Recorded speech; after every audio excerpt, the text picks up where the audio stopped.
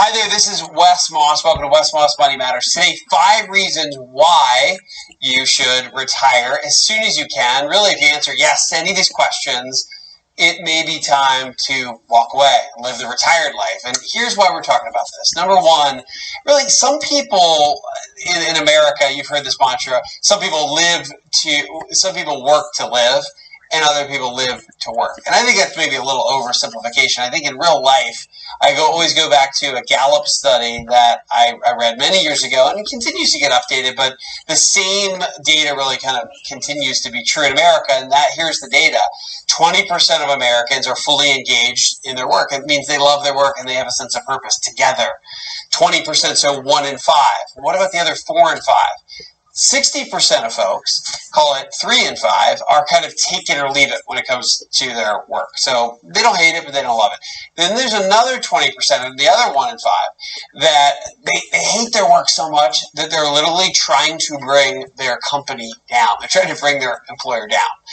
And really, the way I look at this, if you're in any camp beyond that first camp, you don't love it, then you want to be thinking about ways to be able to stop working, retire early.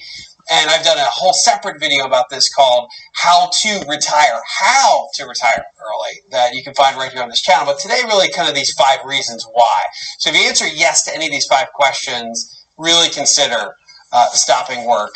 And number 5, we'll talk about the financial piece of this as well. So number 1, if you live, we're in the city of Atlanta. A lot of big metropolitan areas are like this. Chicago's like this. LA, New York, Philadelphia, even Charlotte, Dallas, you name it. There are a lot of big cities that have awful commute times. Atlanta consistently ranks in the top 3 worst commutes in the world. And I hear about this all the time.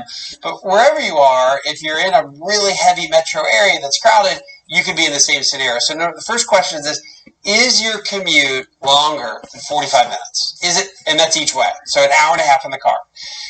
This stat is not shocking, but shocking really just the weight of it. And that if you are commuting more than 45 minutes each way, you're 40% more likely to get divorced. 40% more likely to get divorced, and it makes sense. I mean, think about all the time you're taking away from your family, your loved ones, which is really what matters. If you answer yes to that question, maybe time to start thinking about how you can retire or stop working. Number 2, is work unhealthy for you? Meaning that you may have an irregular schedule. If you answer yes to this question, again, think about stopping work or figuring out a way to be able to stop work. Think about night shifts. My wife for a decade as a nurse and worked night shifts. Night shifts are a nightmare.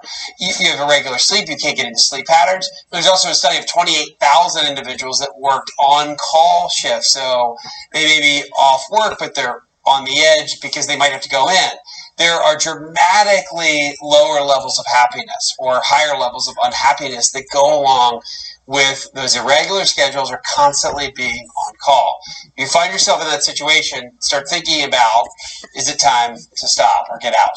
Number 3, do you dislike your job or you just hate your job? If the answer is yes, and you don't have a sense of purpose and you dislike it, and you're looking at the clock and you just can't wait to get out of there every single day, then you're starting to hurt yourself mentally and likely physically. And when it becomes unhealthy and you are lost with that sense of purpose and you find yourself in that Gallup poll in the 1 in 5 that hate your company so much you'd like to see them be brought down, it's time to go. Number 4, are you unappreciated at work? If the answer is yes to that, it's time to go. You can't go through your working days with peers and superiors or bosses or anybody or customers for that matter that don't appreciate what you do. If you haven't heard an appreciation or a thank you in the last 6 months, it's not an environment you want to be in. It's time to get out. Number 5, have you topped out financially? Meaning that there's no more upside on your employment. They continue to cut your comp plan. Maybe your sales goals keep going up so you don't make more money. That gets so frustrating that it starts to make work completely unfun. So number 5 here is really leads into the financial part of this, and I'll give a preview for our video on how to retire early all about the 5 steps of the happiest retirees. In the book I wrote, the research I did on my book, You Can Retire Sooner Than You Think, 5 Money Secrets of the Happiest Retirees. But 3 of the core pieces of that are as follows. Number 1, happy retirees have at least $500,000 saved in retirement assets, or money that is liquid that can now generate income, because that's going to be a piece of the equation, and you've got that liquidity and safety net to get you through 20, 30, even 40 years of retirement. Now, there's more to that story, but that's the baseline amount that I find happy retirees have to at least get to. It's the median number of net worth for happy retirees. Number 2, you either have no mortgage in retirement or mortgage payoff is within sight. Retirees are 4 times more likely to be happy if their mortgage is within 5 years of payoff. Think about that, getting rid of that burden, that major payment you pay every month to a big bank somewhere.